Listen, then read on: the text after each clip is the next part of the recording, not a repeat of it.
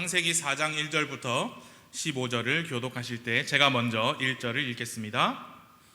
아담이 자기 아내 이브를 알매 그녀가 수태하여 가인을 낳고 이르되 내가 주로부터 남자를 얻었다 하니라. 그녀가 다시 그의 동생 아벨을 낳았는데 아벨은 양을 지키는 자였으나 가인은 땅을 가는 자였더라. 시간이 흐른 뒤에 가인은 땅의 열매 중에서 주께 헌물을 가져왔고 아벨도 자기 양떼의 첫 새끼들과 그것들의 기름 중에서 가져왔는데 주께서 아벨과 그의 헌물에는 관심을 가지셨으나 가인과 그의 헌물에는 관심을 갖지 아니하셨으므로 가인이 몹시 분을 내고 그의 얼굴빛이 변하니라. 주께서 가인에게 이르시되 내가 어찌하여 분을 내느냐? 어찌하여 내 얼굴빛이 변하였느냐? 내가 잘 행하면 너를 받지 아니하겠느냐? 그러나 내가 잘 행하지 아니하면 죄가 문에 엎드려 있느니라. 그의 열망이 내게 있으리니 너는 그를 다스릴 것이니라 하시니라. 가인이 자기 동생 아벨과 이야기를 하니라. 그 뒤에 그들이 들에 있을 때에 가인이 자기 동생 아벨을 치려고 일어나 그를 죽이니라. 주께서 가인에게 이르시되 내 동생 아벨이 어디 있느냐 하시니 그가 이르되 내가 알지 못하나이다. 내가 내 동생을 지키는 자니까 하매 그분께서 이르시되 내가 무엇을 하였느냐? 내 동생의 피 소리가 땅에서부터 내게 부르짖느니라.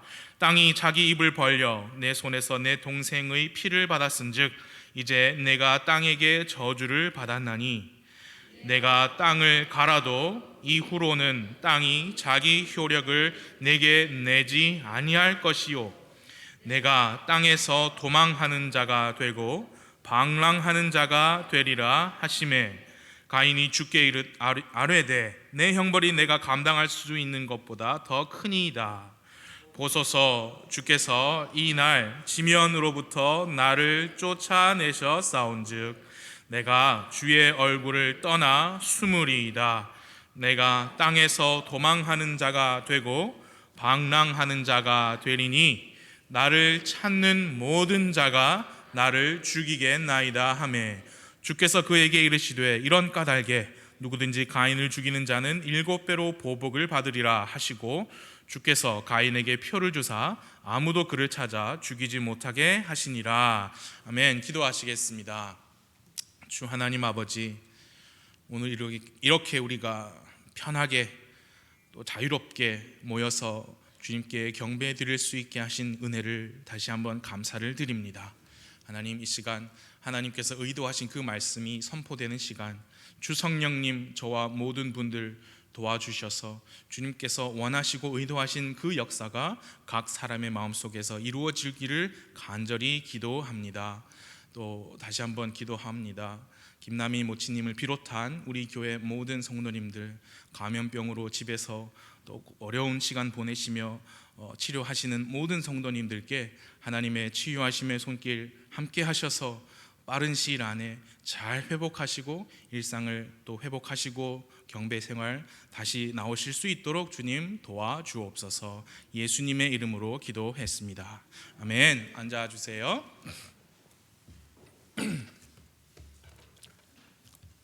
우리는 지난주에 창세기 3장에서 한 사람으로 말미암아 죄와 사망이 세상에 들어온 것을 보았습니다. 그리고 그 죄로 인하여 하나님께서 내리신 저주의 말씀을 보았습니다. 그러나 하나님께서는 그 저주의 말씀을 주시는 그 순간에도 사람을 구원하실 계획을 가지셨고 여자의 씨가 사탄의 머리를 상하게 할 것이다. 궁극에는 여자의 씨가 승리할 것이다 라는 말씀을 주셨습니다. 그 창세기 3장에 우리가 죄의 뿌리를 보았다면 오늘 창세기 4장에서는 그 죄의 열매를 보게 됩니다. 하나님께서 크신 사랑과 은혜로 모든 산자를 모두 산자로 만드시려는 그분의 구원의 계획이 완벽하게 세워져 있었지만 죄로 인하여 이 땅과 그 안에 있는 모든 생명은 저주를 받았습니다. 사람의 삶은 고단해졌습니다. 무엇보다 가장 끔찍한 그 저주가 무엇이었느냐? 이제 사람은 더 이상 하나님의 아들이 아니게 되었어요. 하나님과 함께하며 주님과 교제하며 동행했던 그 상태에서 떨어졌습니다. 죄의 본성을 가지고 태어나게 되었습니다. 인류 최초의 아들이었던 가인, 그리고 그 동생 아벨까지도 이제는 죄의 본성을 가지고 태어났고, 그들은 자신의 죄 문제를 해결해야만 하는 처지로 태어났습니다. 지난 주일에 3장 말씀을 보실 때 우리는 하나님께서 범죄한 아담과 이브를 개별적으로 부르셔서 각각 그들의 죄에 대하여 물으셨던 것을 보았습니다. 아담과 이브는 하나님께서 물으셨을 때 자기의 죄를 부인하지 않았습니다. 숨기지 않았습니다. 일어난 모든 그 일을 있는 그대로 하나님께 자백을 했고, 하나님께서 아담과 이브를 위해 가죽 옷을 만들어 입혀 주셨습니다. 그렇게 아담과 이브가 자신들의 수치를 가리게 되었습니다. 그리고 그 두 사람은 그 모든 일에 대해서 가인과 아벨에게 말을 해 주었을 거예요. 하나님께서 처음에 하늘과 땅을 창조하셨다. 에덴의 동산을 만드시고 나를 거기에 두셨다. 우리가 하나님 앞에서 범죄하기 전에 하나님과 얼마나 기쁘고 아름다운 교제를 나누었는가 내가 말해줄게. 그렇게 두 아들에게 말해 주었을 거예요. 그러던 어느 날 뱀이 이브를 유혹하여 속였고, 이브가 먼저 그 나무 열매를 먹고 아담에게도 주었으며, 아담도 하나님의 법을 어기고 그 선악을 알게 하는 나무 열매를 먹음으로 말미암아 죄와 사망이 이 땅에 임했다라고 아들들에게 당연히 말해 주었겠죠. 그리고 무엇보다 중요한 한 가지, 예전에 우리가 범죄하기 전에는 우리가 하나님과 같이 있었는데 이제는 범죄하여 떨어졌고 죄인이 되었기 때문에 이제는 사람이 하나님께 나아갈 때 반드시 피가 흘려진 희생물이 필요하다라는 사실을 말을 해 주었을 거예요. 하나님께서 과거에 짐승을 죽여 가죽 옷을 만드셔서 두 사람의 수치를 가려주셨던 일을 말하면서 이제 두 아들들도 하나님께 나아갈 때는 반드시 피 흘림이 있어야 한다. 피가 흘려진 헌물을 드려야 한다라는 것을 아들들에게 당연히 가르쳐 주었겠죠. 어떻게 목사님 그렇게 확신할 수 있습니까? 성경에는 가르쳐 줬다는 말이 없는데요. 누가복음, 신약성경 누가복음 11장 50절과 51절에 이렇게 말씀해요. 예수님께서 말씀하셨는데요, 이로써 세상의 창건 이후로 흘린 모든 대언자들의 피를 이 세대에게 요구하리니 곧 아벨의 피로부터 제단과 성전 사이에서 죽은 사가랴의 피까지라. 그런 말씀을 주님께서 하셨어요. 이 말씀을 왜 하셨냐면 그 문맥을 보시면 서기관들과 바리새인들과 율법사들, 그들은 좋은 말을 들을 사람들이 아니었지요. 그들에게 화가 있을 것이다 라고 하시면서 이 말씀을 주셨습니다. 과거에 죽은 대언자들의 피, 그 피를 이 세대에게 요구하리라. 지금 믿지 않고 오히려 교만한 이 이스라엘 백성에게 요구할 것이라고 말씀을 하시면서 모든 대언자들의 피라고 하셨는데 그 첫 사람이 누구였느냐? 아벨의 피였어요.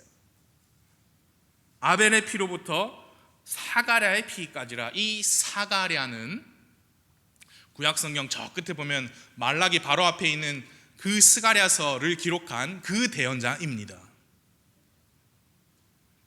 예수님께서 직접 말씀하셨어요. 아벨이 대언자이다. 여러분, 구약의 대언자들은 잘 아시다시피 하나님의 말씀을 받아 사람들 앞에서 선포를 한 사람이죠. 모세, 이사야, 예레미야 이런 사람들이 많은 사람들 앞에서 하나님의 말씀을 대언했습니다.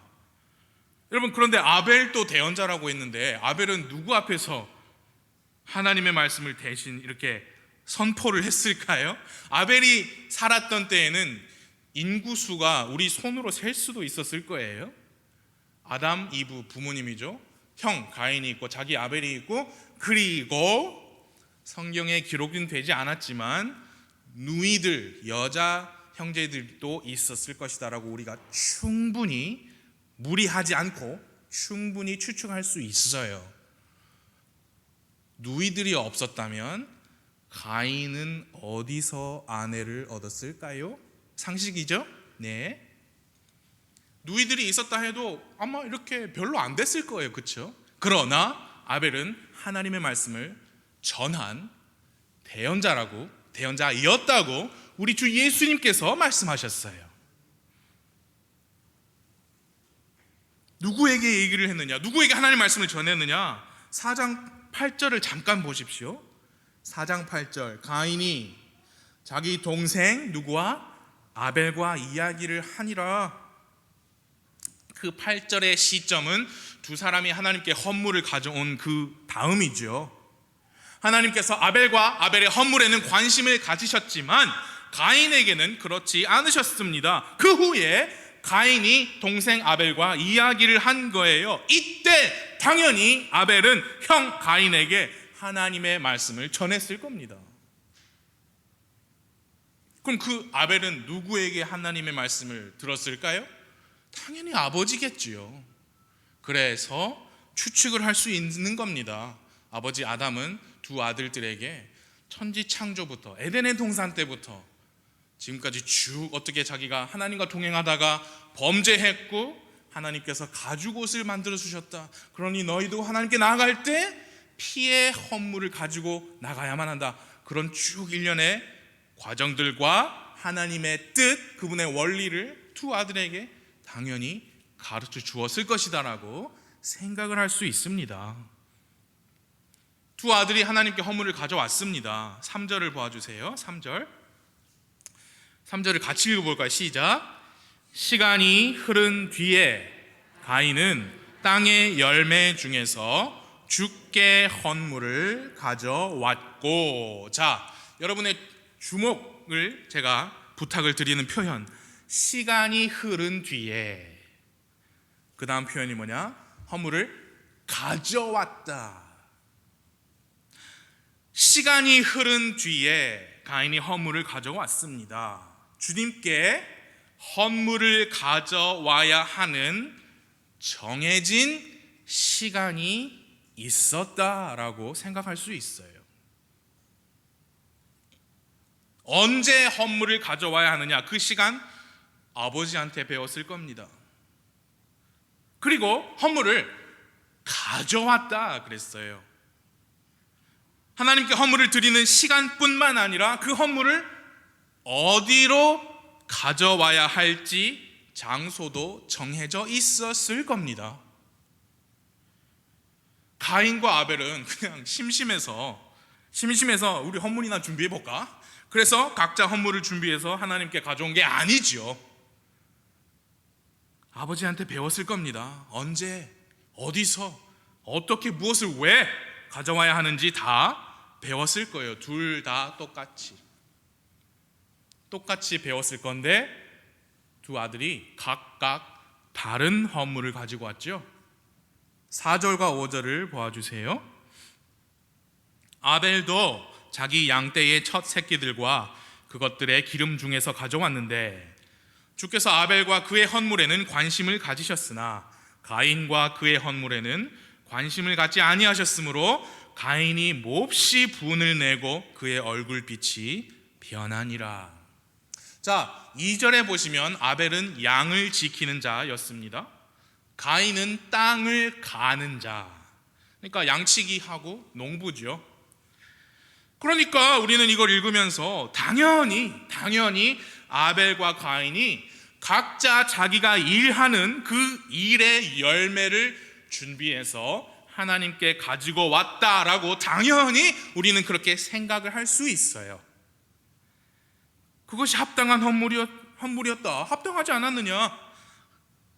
합당한 헌물이었고 하나님께서 아벨만 조금 편애하신 거 아니냐라는 생각이 들 수 있습니다. 저는 어렸을 때 그렇게 생각했어요. 양치는 사람이 양고기 가져왔겠죠.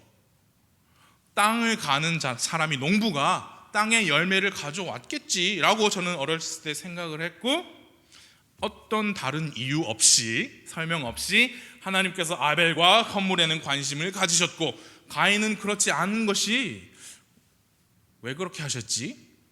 궁금했어요.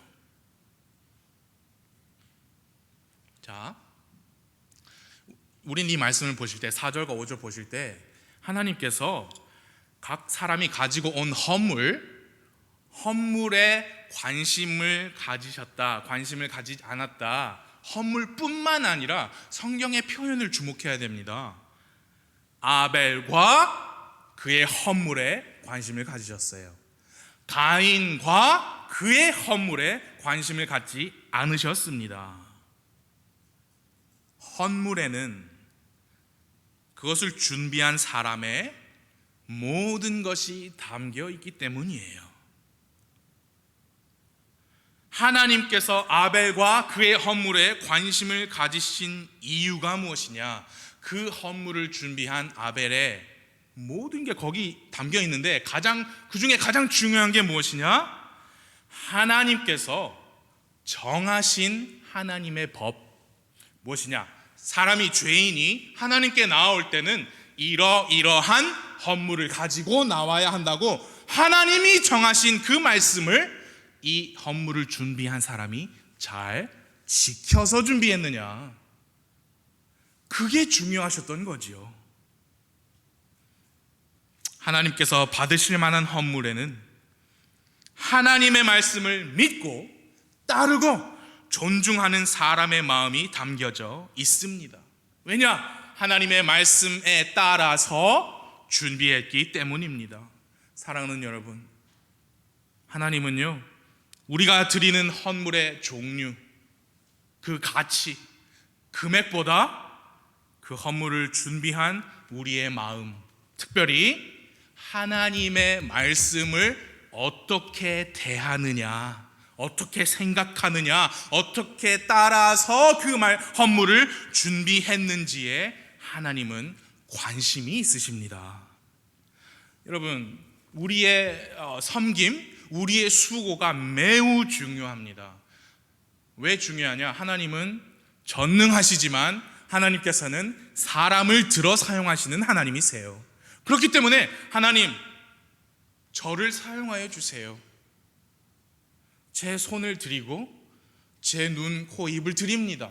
저의 몸을 드립니다. 제 시간, 제 재능, 하나님께서 허락하셔서 제가 가지고 있는 나의 모든 것을 주님 사용하셔서 하나님의 뜻을 이루어 주세요 라고 하는 사람의 헌신이 중요해요. 하나님의 왕국을 위해, 하나님의 영광을 위해, 주 예수 그리스도의 몸 된 교회를 위해 수고하고 애쓰고 봉사하는 것이 매우 중요한데요, 우리는 그 모든 것을 할 때 어떻게 해야 되느냐?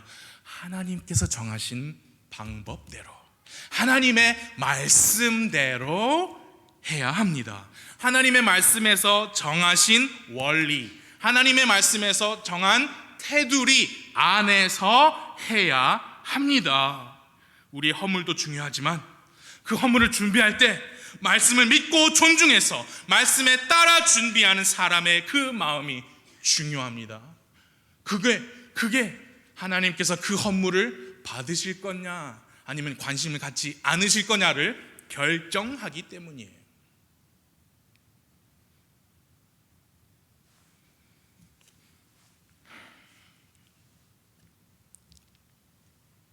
유명 연예인 교회에 초청하는 일은 한국 교회에 많이 있었습니다. 그렇죠? 예, 많이 있었어요.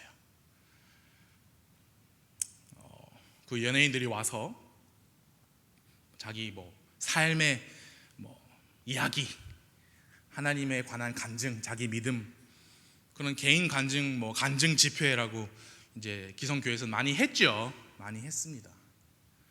그렇게 놀라운 일이 아닌데,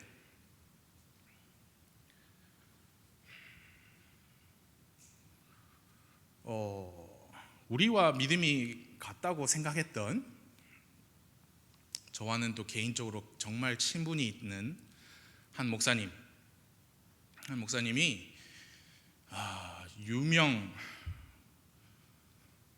JYP라고 하는 유명 연예 기획사 사장을 교회로 초청을 해서 4일인가 5일인가를 집회를 했어요. 100번 양보해서 그분이 자기의 신앙 여정이나 자기 간증을 했다, 그럴 수도 있다, 100번 양보해서 그럴 수 있다고 생각했는데, 그 사람 불러다가 복음을 선포하게 한 거예요. 당연히 사람들 많이 모이겠죠.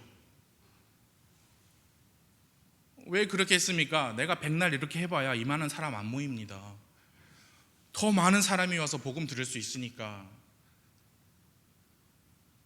좋은 거 아닙니까?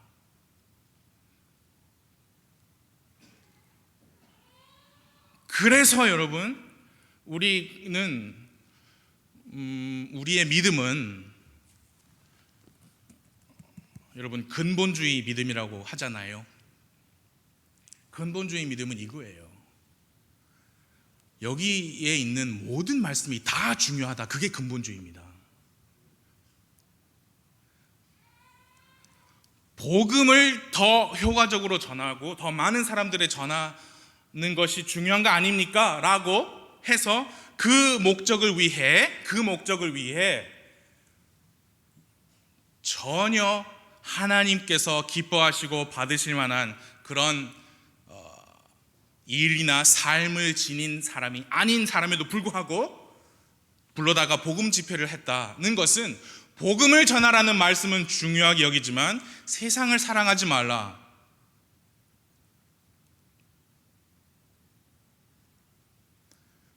그 말씀은 괜찮은 거죠, 어겨도.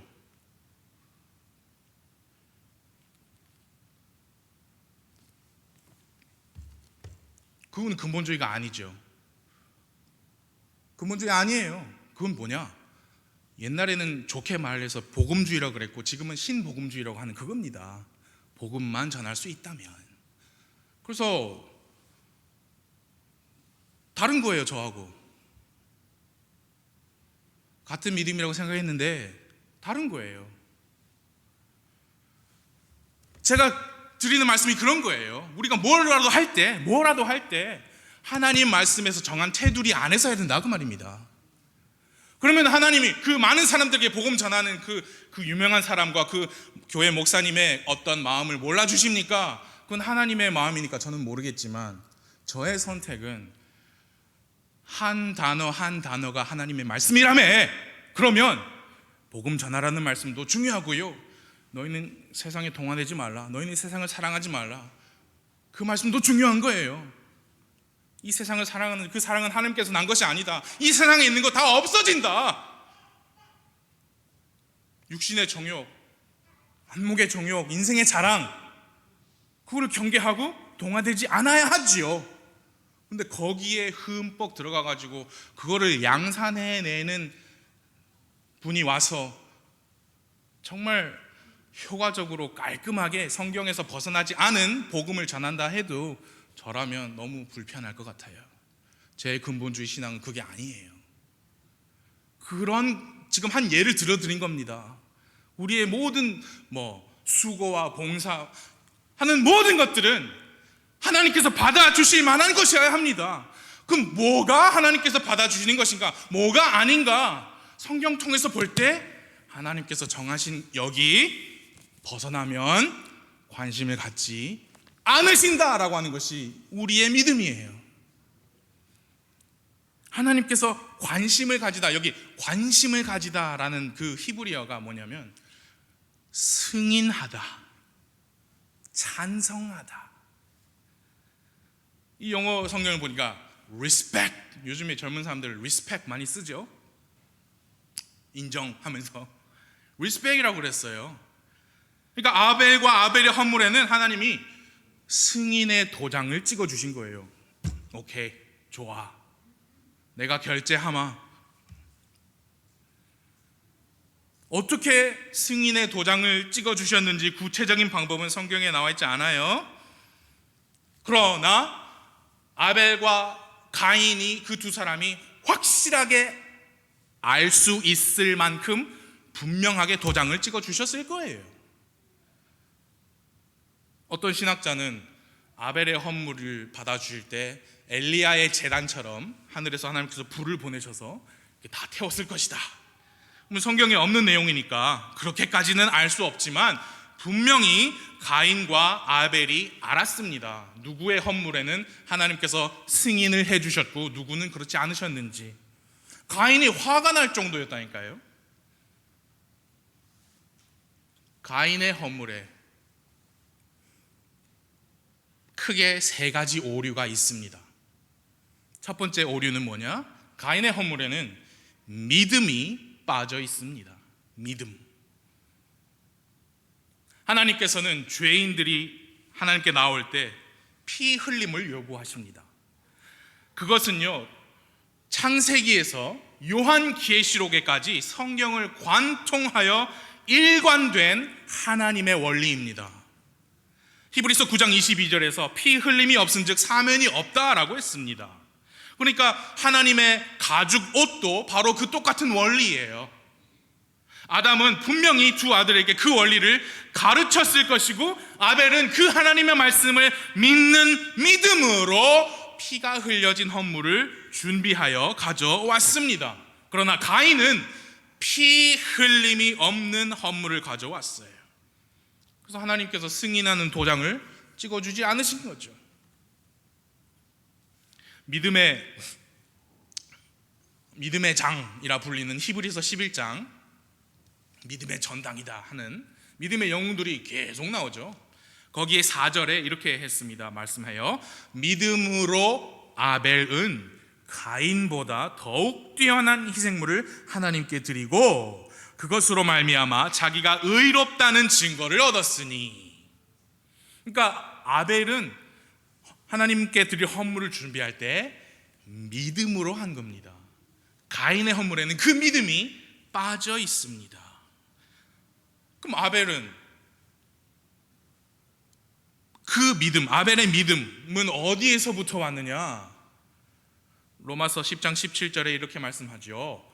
그런즉 이와 같이 믿음은 들음에 의해 오며 들음은 하나님의 말씀에 의해 오느니라. 그러니까 들었던 거죠. 누구한테요? 아버지한테 들었던 거죠. 그리고 그걸 믿었던 거지요. 그래서 그 믿음으로 헌물을 가져왔고 하나님께서 승인 도장을 찍어주신 거지요. 근데 가인은 그 하나님의 말씀을 믿는 믿음이 아닌 자기 의를 내세워 헌물을 준비해 가져왔습니다. 아이고, 그렇게 생각했을 거예요. 하나님께서 이 피 흘려진 헌물을 말씀을 하셨는데, 아니 그래도 이 정도 열매면 충분하겠지. 내가 이 열매를 얻기 위해 얼마나 고생했는데, 얼마나 땀을 많이 흘렸는데, 이건 내 첫 열매라고. 내 정성, 내 땀의 노동이 듬뿍 담긴 헌물이니까 이 정도면 뭐 하나님도 받아주실 거야. 여러분, 방금 그 생각, 그게 뭐냐? 세상 종교, 모든 세상 종교의 기본 원리입니다. 나의 정성과 나의 노력으로 뭔가를 이루어 보겠다라고 하는 종교예요. 행위 구원이고 자아 성찰이고 자기 개발이고 도통하는 거예요. 그 가인의 생각, 가인의 헌물은 세상의 종교를 대표해요. 3장에서 아담과 이브가 나뭇잎을 엮어서 앞치마를 만든 것과 같은 거죠. 내가 어떻게 해보겠다. 믿음이 빠져 있어요. 둘째, 가인의 헌물에는 피가 빠져 있습니다.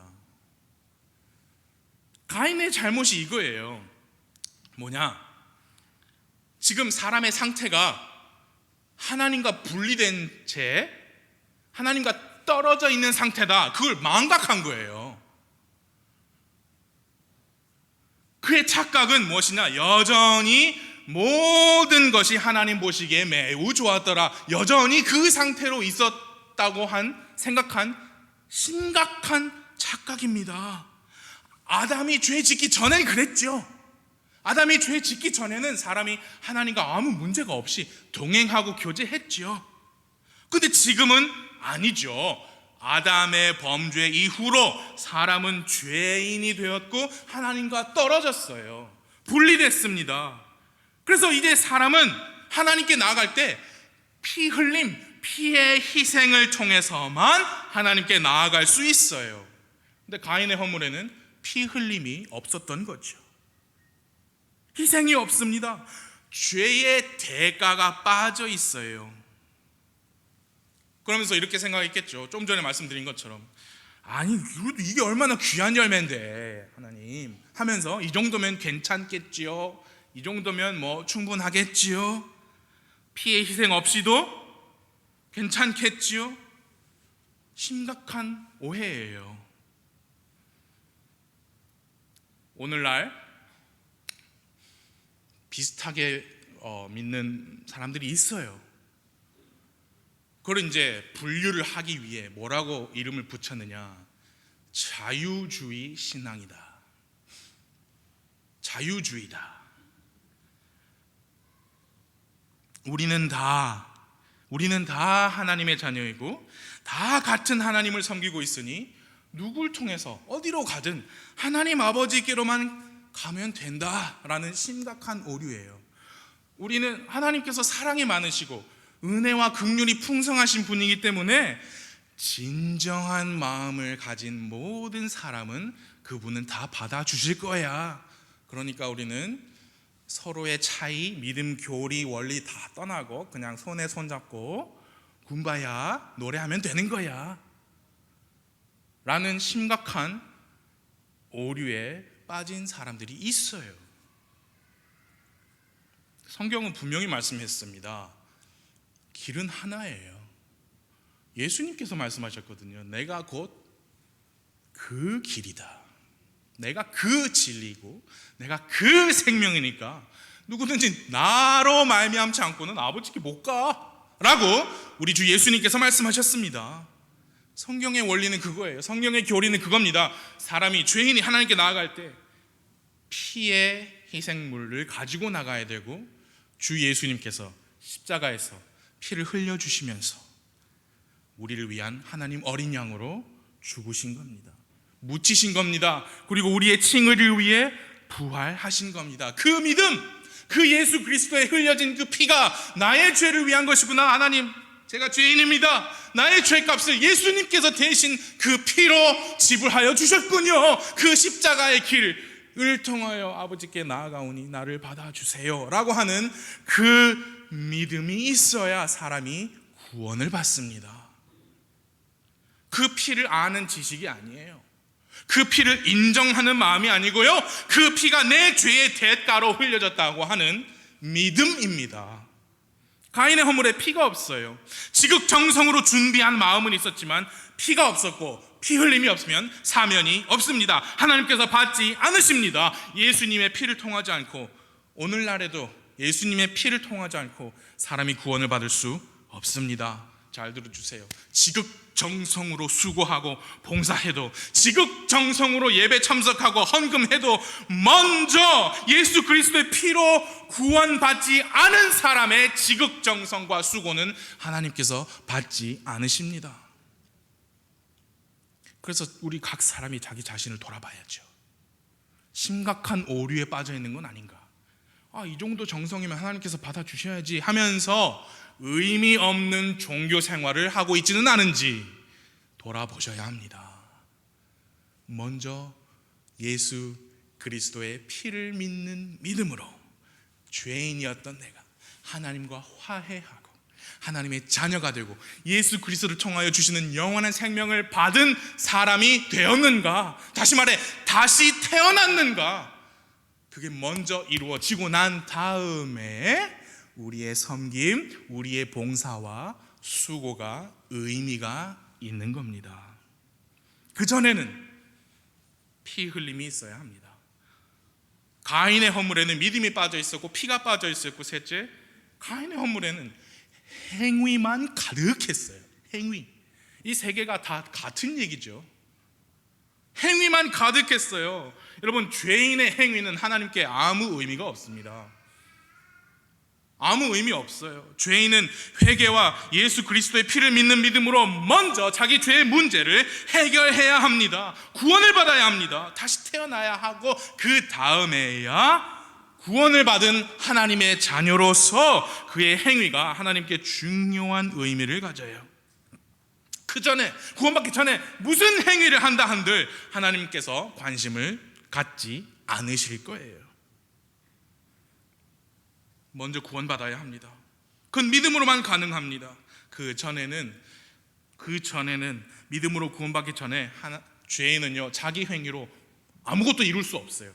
하나님께 나아갈 수도 없고요, 자기 행위로 구원을 이룰 수도 없어요.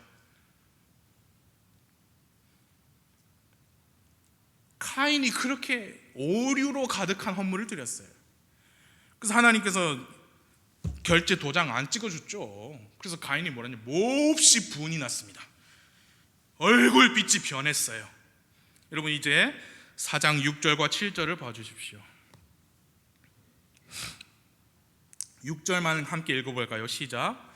주께서 가인에게 이르시되 내가 어찌하여 분을 내느냐, 변하였느냐. 네가 잘 행하면 너를 받지 아니하겠느냐. 그러나 네가 잘 행하지 아니하면 죄가 문에 엎드려 있느니라. 그의 열망이 내게 있으리니 너는 그를 다스릴 것이니라. 하나님께서 물으셨어요. 왜 화를 내지? 왜 표정이 그렇지? 네가 잘 행하면 너를 받지 않겠느냐? 이거 무슨 뜻이에요, 여러분? 무엇이 잘 행하는 건지, 가인, 너는 그걸 잘 알면서도 그렇게 하지 않았어. 네가 그렇게 해놓고 왜 화를 내는 거지? 왜 그런 얼굴빛인 거지? 이렇게 물으시는 거예요. 이렇게 물으시는 이 하나님의 질문은 지난주에 우리가 보았던 창세기 3장에서 하나님께서 아담과 이브를 각각 부르셔서 물으신 것과 똑같은 거예요. 하나님께서 왜 아담과 이브를 각각 부르셨습니까? 왜 물으셨어요? 왜 무슨 일이 일어났는지 물으셨어요? 그들에게 똑바로 대답할 기회를 주신 것이었죠.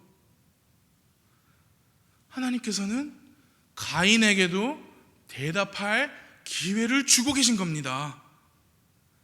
어떻게 헌물을 준비해야 잘 행하는 것인지를 알고 있는 가인에게 한 번 더 상기시켜 주십니다. 그리고 선택권을 주십니다. 여러분, 7절을 다시 봐주세요. 7절. 거기에 가정법이에요. 네가 잘 행하면 너를 받지 아니하겠느냐. 그러나 네가 잘 행하지 아니하면, 그러니까 네가 잘 행하면 너를 받을 거야. 잘 행하지 아니하면 죄가 문에 있는 거야. 너는 그래서 죄의 수장이 되는 거야. 이제부터 선택권을 주시는 거죠. 여러분, 잘 들어주세요. 하나님께서는요, 그 헌물, 가인의 헌물, 믿음이 빠져있고 피가 빠져있고 온통 자기 의만 듬뿍 담긴 가인의 헌물을 보시고 한순간에 그를 내치셨을 수 있어요. 왜냐? 이미 가인은 알고 있었거든요. 정해진 시간에 헌물을 드려야 된다. 정해진 장소로 헌물을 가지고 와야 된다. 정해진 방법으로 준비된 헌물을 가져오도록 되어 있었는데, 그걸 다 알고 있던 가인이 그걸 다 어겨버린 오류, 심각한 오류만 가득 담긴 허물을 가져왔을 때 하나님 보시고 그냥 그 자리에서 가인을 치셨을 수도 있습니다. 그건 심각한 죄예요. 왜냐? 하나님께서 원리, 방법, 말씀을 주셨는데 그걸 안 따른 거잖아요. 그러면 그 심각한 죄로 인해서 하나님 그 자리에서 가인을 죽이셨을 수 있어요. 그러나 하나님께서는 긍휼을 베푸시는 거예요. 가인, 너 일로 와봐. 너 왜 화를 내는 거야? 왜 얼굴빛이 그래? 네가 잘 행하면 내가 너를 받지 않겠니? 그게 뭐예요? 기회를 다시 한번 주시는 거지요. 다시 선택권을 주시는 거지요. 그것이 뭐냐? 하나님의 긍휼입니다. 마땅히 받아야 할 형벌을 면해 주시는 하나님의 긍휼입니다. 그럼 하나님은 왜 가인에게 그런 긍휼을 베푸셨어요? 3장에서 봤잖아요. 모든 산자를 모두 산자로 만드시기 원하셔서 그랬습니다. 사랑하셨으니까요. 한 명도 불호수에 가지 않게 하시려는 하나님의 마음 때문이었습니다. 그렇게 하나님께서 긍휼을 베푸셨어요. 그래서 가인은 하나님께도 한번 세컨드 찬스, 두 번째 기회를 받았고 이제 동생과 이야기하는 시간을 가졌어요. 아까 말씀드렸죠? 아벨은 이 시점에 대언자로서 형 가인에게 하나님의 말씀을 전했을 거예요. 형, 이렇게 했었어야지. 알고 있잖아. 피 흘려진 허물을 들어야 하잖아. 라고 하나님의 말씀을 전했을 겁니다. 그러니까 하나님한테도 세컨드 찬스, 두 번째 기회를 받았고 이제 동생 아벨에게도 하나님의 말씀을 다시 들은 거지요. 하나님의 긍휼. 혹시 오늘 함께 하신 분들 중에 또는 이 설교를 들으시는 분들 중에 아직도 예수 그리스도의 피를 믿지 않으신 분이 계십니까? 아직도 예수님을 당신의 죄를 대신하여 죽으시고 묻히셨다가 부활하신 구원자로 믿지 않으신 분이 계십니까? 그런데 오늘도 그렇고 예전에도 그랬고 계속해서 예수님의 그 복된 소식을 반복적으로 듣고 계신 분이 계세요? 마음을 열지 않았어요. 거부했어요. 거절했습니다. 그럼에도 불구하고 계속해서 예수 그리스도의 복음을 들으시는 분이 계십니까? 동영상이라든지 아니면 누구 따라 교회 가서라든지 또는 아버지께서, 어머니께서, 나의 사랑하는 사람이, 내 절친한 친구가, 사회에서 만난 선배와 후배가 나에게 반복적으로 예수님을 말하고 십자가의 피를 말하고 있습니까? 그것은 무엇이냐? 하나님께서 기회를 주시는 겁니다. 기회를 주시는 거예요. 부디 마음을 열고 예수님을 개인의 구원자로 믿고 받아들이시기 바랍니다. 그럼에도 불구하고 하나님은 뭘 원하시느냐? 당신께서 타인의 요구나 또는 상황의 압박 때문이 아니라 스스로 선택해서 주님께 나오는 것을 원하십니다.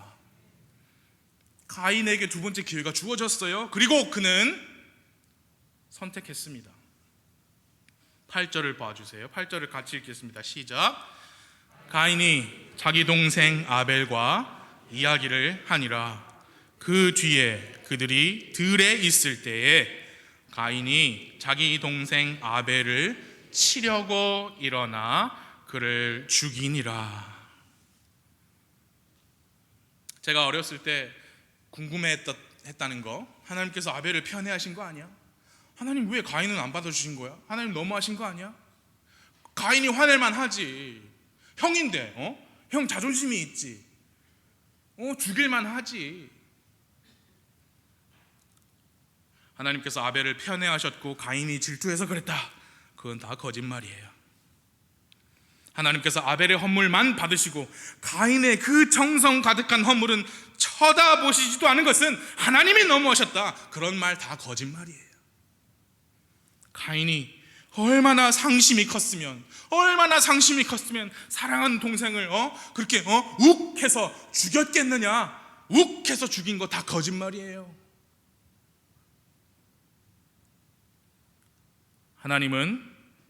하나님께서 정하신 말씀대로, 하나님께서 일러주신 원리대로 준비된 헌물을 받으셨습니다. 가인은 그 말씀을 어겨서 헌물을 가져왔기 때문에 주님께서 받지 않으셨습니다. 그럼에도 불구하고 하나님께서는 가인을 불러서 잘 타이르셨지요. 뭐가 선한 헌물인지 다 알고 있는 대로 다시 잘 행할 수 있는 기회를 주셨지요.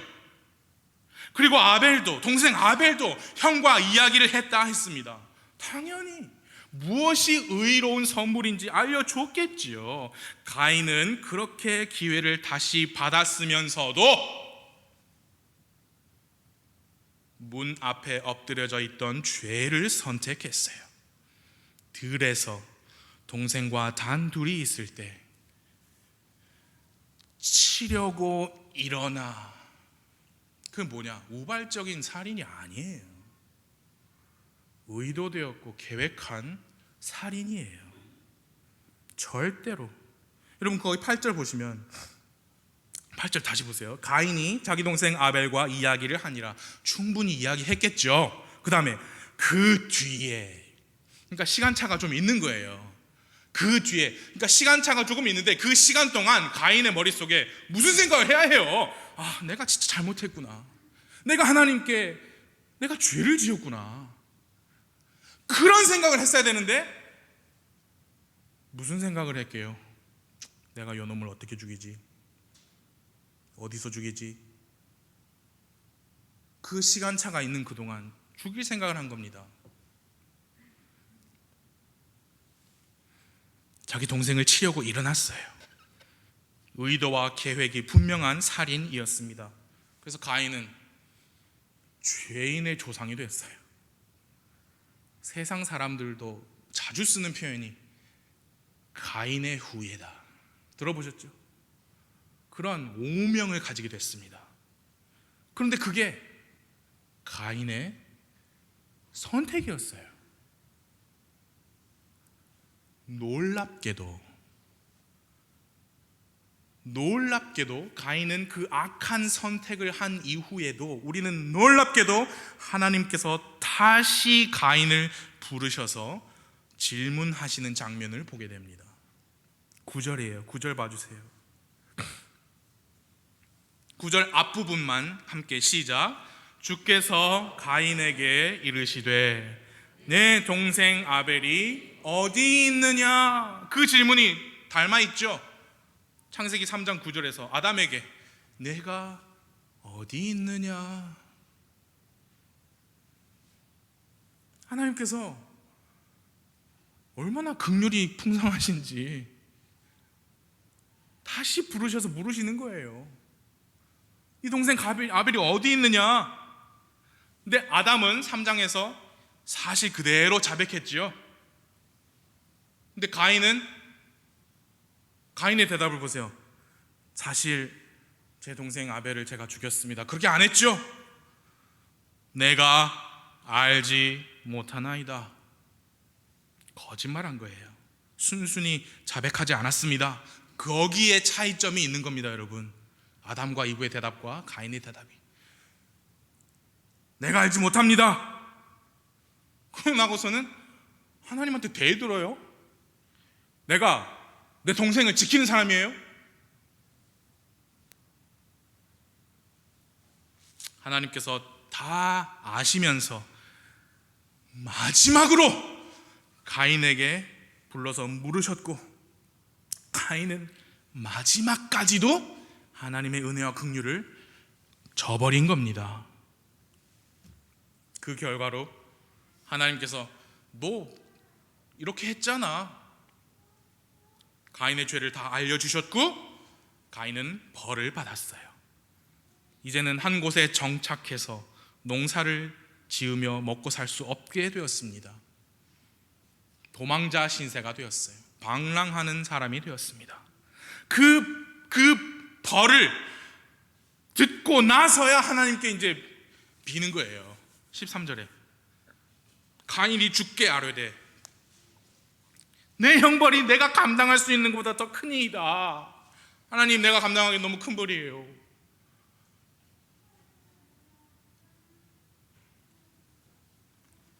이제 사람들이 다 나를 쫓아낼 텐데, 나를 찾으면 나를 죽일 텐데.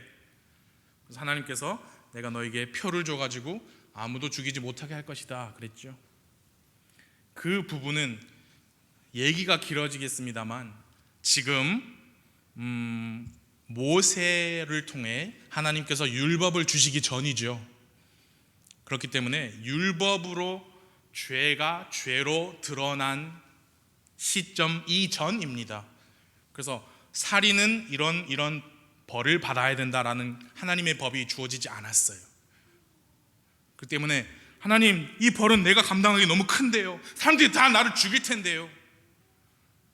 그래서 하나님이 넌 죽어도 싸 임마, 그렇게 안 하셨죠. 왜? 하나님은 공의의 하나님이시니까요. 그래서 내가 아무도 너를 죽이지 못하게는 해주겠다, 그 정도 보호는 하나님께서 허락하시는 거예요. 율법 이전이니까요. 우리는 뭘 기억해야 되느냐? 아까 보셨죠? 반복적으로 하나님께서 가인에게 긍휼을 베푸시는 거예요. 은혜와 긍휼이 풍성하신 주님을 기억하시고 감사하시기 바랍니다. 그 은혜로 우리가 구원을 받아 살고 있어요. 우리 각 사람의 구원 받으신, 다시 태어나신 그 간증들이 다 다를 거예요. 어떤 분은 아까 말한 것처럼 교회에서 듣고, 집에서 듣고, 친구가 들려주고, 애인이 들려줘도 끝내 부인하다가 결국 궁극에 두 손 두 발 다 들고 하나님 저 여기 있습니다, 그렇게 구원받으신 분도 계시고, 어떤 분은 저처럼 어려서 부모님 따라 교회 다니면서 일찍이 복음 듣고 정말 다른 생각할 거 없이, 다른 계산할 거 없이 순수하게 예수님 믿은 분도 계시고, 우리 각자가 다 다르지요. 그러나 똑같은 게 있습니다. 뭐냐? 우리를 구원하신 하나님의 은혜와 긍휼이 똑같이 풍성하시다는 거예요. 하나님을 찬양합니다. 그 은혜가 아니었으면 우리는 가인처럼 도망자로 살았을 거예요. 방랑자로 살았을 겁니다. 사랑하는 성도님 여러분, 하나님께서 그 은혜로 우리를 살리셨어요. 구원해 주셨어요. 그것을 믿으신다면, 구원을 받고 하나님의 자녀가 되셨다면, 예수 그리스도의 흘리신 그 피를 믿는 믿음으로 다시 태어나셨다면, 우리는 어떻게 살아야 되느냐? 아벨이 헌물을 준비할 때 가졌던 마음 뭐냐? 하나님의 말씀대로 내가 이걸 준비해야지. 하나님의 말씀을 믿는 마음. 우리의 생활이, 우리의 섬김이, 우리가 하는 모든 것이 하나님의 말씀에 따른 것이 되어야 합니다. 우리의 예배가, 우리가 믿고 있는 교리가, 우리가 가지고 있는 확신이 하나님의 말씀에 따른 것이어야 합니다. 여러분, 당연히 우리는 이 죄의 본성을 가지고 태어난 이 육신을 가지고 있기 때문에 여전히 죄를 짓고 넘어질 수 있지요. 하나님 앞에서 정말 불경하게 거짓말할 때도 있고, 심지어 그분께 대들 때도 있을 수 있습니다. 그때마다 하나님은 우리를 한순간에 내치실 수도 있지만 긍휼이 많으신 하나님께서 우리에게 물으세요. 어떻게 물으시느냐? 그래서 성경 읽으셔야 되는 거예요. 여러분, 집에서 개인적인 경배 시간 가셔야 되는 거예요. 성경 말씀으로 우리에게 말씀하시고요, 그리고 이렇게 말씀이 선포되는 자리에서 말씀 선포자를 통해서 하나님께서 물으시는 거예요. 그리고 우리 안에 계신 성령님께서 계속해서 쿡쿡 찔림을 주시는 거예요. 네가 어디 있느냐? 내 동생 어디 있느냐? 너 어제 무슨 일을 했느냐? 다 아시면서. 그게 뭐예요? 하나님의 풍성하신 긍휼입니다. 그럼 그런 음성을 들을 때 어떻게 해야 돼요? 내가 알지 못합니다. 내가 내 동생 지키는 사람입니까? 그런 태도가 아니라, 하나님, 제가 이렇게 했습니다. 용서해 주세요. 주님과의 관계를 다시 회복하고 싶습니다. 하나님, 주님과 뜨거웠던 치밀했던 아름다운 그 교제, 지금 이 죄로 인해서 그 교제가 소원해지고 떨어져 있는데 내가 다시 그거 회복하고 싶어요. 하나님, 그게 뭡니까? 아담이 범죄하기 전 상태로 돌리고자 하셨던 하나님의 마음이죠. 그것 때문에 우리를 모든 사한자를 모두 사한자로 만드신 거 아닙니까?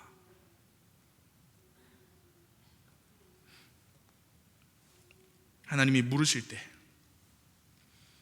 반복적으로 기회를 주실 때 우리는 겸손히 자백하고 하나님과의 올바른 관계를 회복해야 합니다. 여러분, 그 올바른 관계를 회복하는 거 매우 중요해요. 왜냐하면요, 우리 모두는 죄 지을 수 있습니다. 예수님 오셔서 우리 변화시켜 주시기 전에 죄의 임재, 죄가 존재합니다. 우리 속에. 그렇기 때문에 죄를 지을 수 있어요. 근데 예를 들어 똑같이 두 사람이 있는데 한 사람 같이 죄를 지어야 한 번씩 이 하나님의 길, 거룩한 길에서 벗어나요. 한 번씩 벗어나요. 이렇게. 근데 이 사람은 관계를 회복하는 거예요. 그래서 다시 돌아옵니다.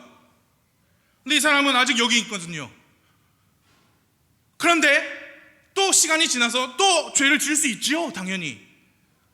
그래서 여기 있는 사람은 관계를 회복하지 않았기 때문에 여기 있는 거예요. 이만큼 벗어나 있는 거예요. 근데 또 더 멀어지는 겁니다. 근데 여기 아까 회복한 사람은 다시 돌아왔잖아요. 그러니까 다시 죄를 지었을 때 요만큼만 있는 거예요. 거룩한 하나님의 뜻으로부터 그나마 가까이 있는 겁니다. 그렇기 때문에 내가 이러면 안 되지. 나 뭐해 지금 여기서 뭐 하고 있는 거야. 바로 돌아가야지 라고 회복을 하는 건데, 똑같이 두 번씩, 똑같이 세 번씩 범죄했다 할지라도 하나님과 관계를 회복하지 않으면 계속 멀어지는 거예요. 여러분, 구원받으신 성도님 여러분, 교회에 오셔서 말씀을 들으시고 경배를 드리실 때 우리가 해야 하는 중요한 일 중에 하나가 뭐냐? 하나님과 올바른 관계를 회복하는 거예요. 그거 없이 하나님께서 우리를 구원해 주신 의도를 떠나는 거예요. 아담이 죄를 짓기 이전 상태처럼 내가 너와 함께 하고 싶다, 내가 너와 교제를 하고 싶다, 너의 경배를 받고 싶다, 네가 기뻐해서 네가 스스로 나를 선택하는 걸 보고 싶다, 그래서 구원해 주셨는데 계속 멀어지면 안 되잖아요. 그럼에도 불구하고 하나님 계속 물으세요. 계속 기다리세요. 계속해서 물으십니다. 그럴 때 하나님, 저를 도와주십시오. 하나님, 주님, 제가 여기 있습니다. 주님, 제가 그 일을 저질렀습니다. 주님 아십니다. 주님 용서해 주시고 주 성령님, 나를 다시 사로잡아 주시기를 기도합니다. 주의 보혈 능력 있습니다. 우리를 구원하신 그 능력뿐만이 아니에요. 우리가 구원받은 사람으로서 이제 하나님과 동행하는 그리스도인의 삶을 살 때 우리 힘으로 하는 게 아닙니다. 주의 보혈의 능력으로 합니다. 주님의 피, 거기에는 능력이 있어요. 오늘도 그 능력은 여전히 무한합니다. 그 피를 힘입어서 하나님과 회복하셔야 될 분들은 회복하시기 바랍니다.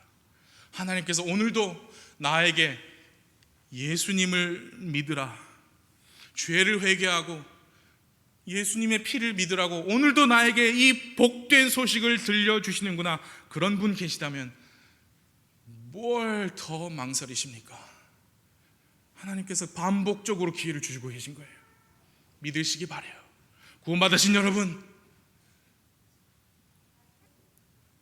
하나님께서 우리가 실족하고 범죄할 때 영영 기다려주시는 거 아닙니다. 우리 잘 배워서 압니다. 우리는 하나님의 자녀이기 때문에 정도가 심해지고 하나님 보실 때 더 이상은 안 되겠다 하시면 우리가 하나님의 징계를 받아요. 그래서 약해지고 병들고 어떤 분은 잠자고 한다고 신약 성경에 말씀했습니다. 그래서 우리는 조심해야 합니다. 성령님의 음성에 예민해야 합니다. 나의 믿음 생활의 상태를 돌아보시고 체크하시고, 자가 진단 체크하시고 하나님과 올바른 관계를 늘 유지하시기를 기도합니다. 함께 기도하시겠습니다.